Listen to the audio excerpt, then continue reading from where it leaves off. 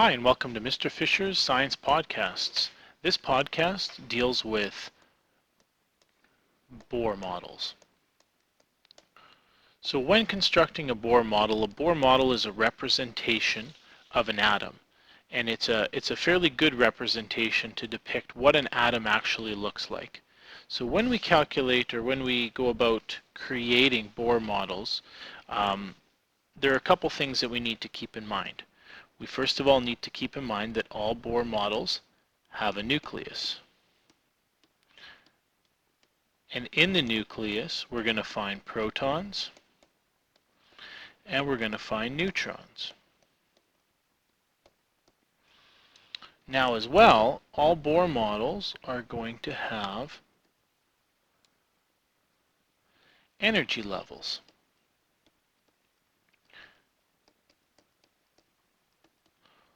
Or orbits. And in the orbits, we are going to find electrons. So let's create a couple Bohr models.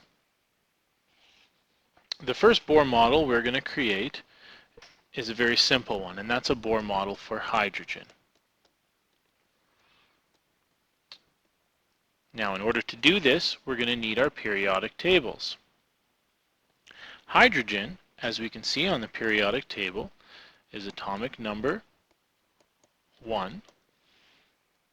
It's got a mass number of 1. We can find it in row 1. And so when we go about drawing our Bohr model for hydrogen, we're going to put hydrogen here. We're going to put the symbol right below it. We're going to put the number of protons in it, which is equal to the atomic number of 1. The neutrons, which is, remember, my mass number minus atomic number. So in this case, my neutrons are 0.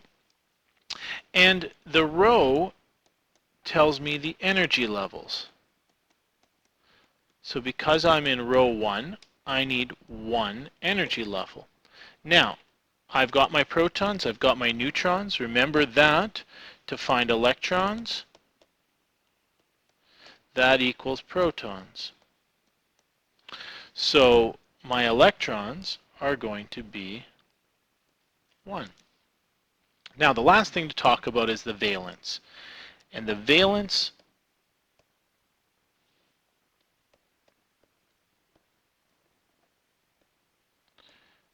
is the number of electrons in the outermost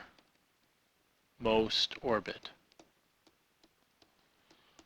So in this case, if I look at my hydrogen, it's got a valence of 1. Now keep that valence in mind. Let's do another one. Let's do boron. Boron has an atomic number of 5. It's got a mass number of 11. We find boron in row 2. And so when we do our Bohr diagram, I have 5 protons, I have 6 neutrons, I have 2 energy levels. In the first energy level, I find 2 electrons. And in the second energy level, I have the rest.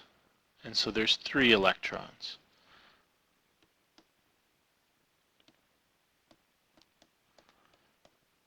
My valence, which is the outer electrons, is equal to 3.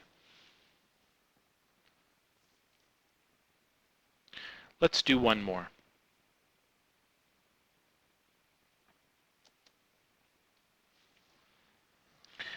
Chlorine. Chlorine has an atomic number of 17. Chlorine has a mass number of 35. Chlorine can be found in row 3. So when I do my Bohr diagram, I will find protons to be 17, neutrons will be 18. I have 3 energy levels this time. The first energy level will have 2 electrons.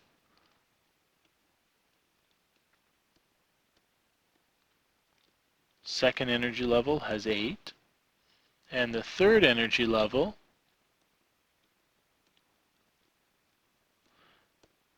has 7. My valence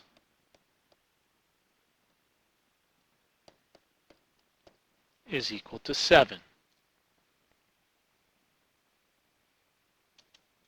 The next thing we're going to talk about are Lewis structures. A Lewis structure is a model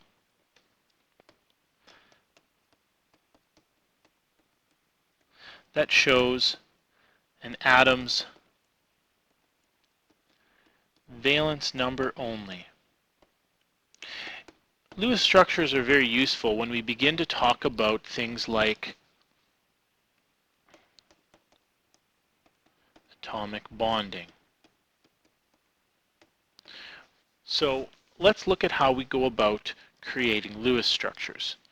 Since a Lewis structure just looks at a valence, we use dots to represent electrons that would be found on the valence.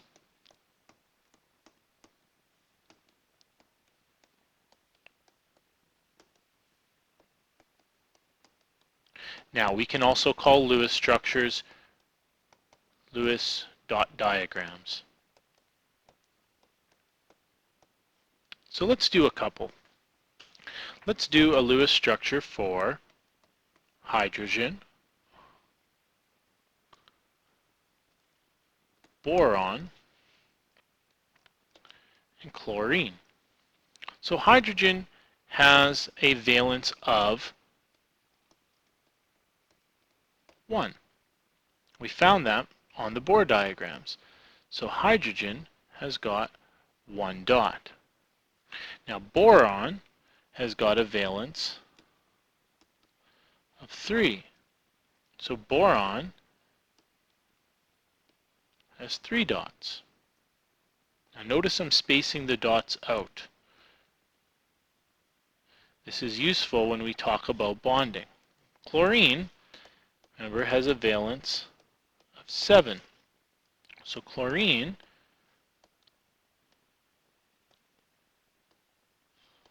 has 7 dots. Now notice that chlorine almost has 8. And so 1 dot here is by itself. And this will be very important to understand when we look at bonding. So for example, if I was to take a hydrogen with 1 dot, because it's got a valence of 1, I can imagine that one of those dots from hydrogen, or that 1 dot, could fit right there. And if it fit there, chlorine would be complete. It would have a full shell.